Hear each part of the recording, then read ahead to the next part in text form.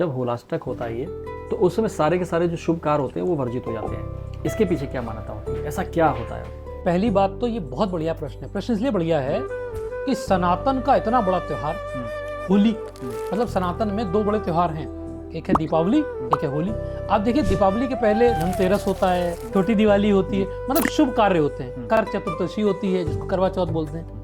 होली के 8 दिन पहले बिल्कुल होलाष्टक लग गया, खतरा, बवाल आ गया, टेरर।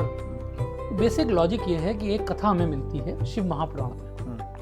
कहते हैं कि देवों के देव महादेव जब माता सती के लिए शांत हो गई थी तो उसके बाद वो योग मुद्रा में चले गए थे, योग निद्रा में चले गए। उस समय कामदेव ने प्रयास किया कि सभी देवताओं ने मंत्रणा की कि इनके अंदर कामोत्तेजना जगाओ ताकि उठें। तो कामदेव ने अपने बाण प्रभु की ओर प्रेषित करे, पर देवों के देव महादेव तो फिर महादेव हैं। उल्टा कामदेव जी भस्म हो गए।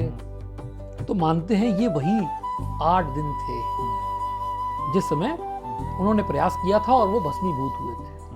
तो उसके कारण ये जो 8 दिन हैं ये ऐसे हैं जब इन जनरल 100 में से 90 व्यक्ति के मन में आक्रोश भरा होता है, अच्छा, क्रोध भरा होता है, कामोत्तेजना अधिक होती है। तो काम, क्रोध, लोभ, मोह, मद, मत्सर, ये जो हमारे अवगुण हैं ये इंटेंसिफाई हो जाते हैं।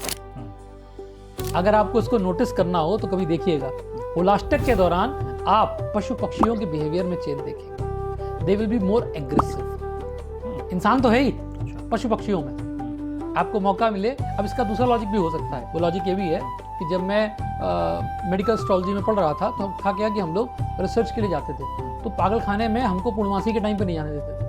क्योंकि पूर्णमासी पे क्या होता था, जितने भी बेचारे मनोरोगी हैं वो सब एग्रेसिव हो जाते थे। तो आप ये भी सोचो कि शायद वही जोन आता है क्योंकि पूर्णमासी आ रही होती, तो हर व्यक्ति के दिमाग में क्रोध, फ्रस्ट्रेशन भरा होता है।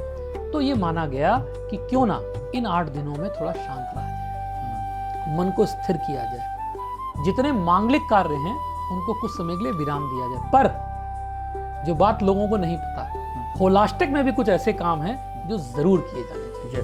जैसे अगर आप चाहते हैं कि आपके घर में तांत्रिक क्रिया है, नेगेटिव एनर्जी है, आपके घर में बाधा है, तो आप उसको तोड़ने का उपाय भी कर सकते हैं। क्योंकि जिस समय होलाष्टक के दौरान तंत्र साधक तंत्र से आपका बुरा करने का प्रयास करेगा, उसी समय आपको भी ये शक्ति दी गई है कि आप अगर चाहें तो आप होलाष्टक के दौरान पूजन करके, साधना करके आप भी अपनी ऊर्जा को कम से कम 8 गुना बढ़ा सकते हैं और आपके घर में जो भी तांत्रिक क्रिया, नेगेटिव एनर्जी कुछ भी आया हुआ है उसको आप होलिका में भस्मीभूत कर सकते हैं, यानी खत्म कर सकते हैं।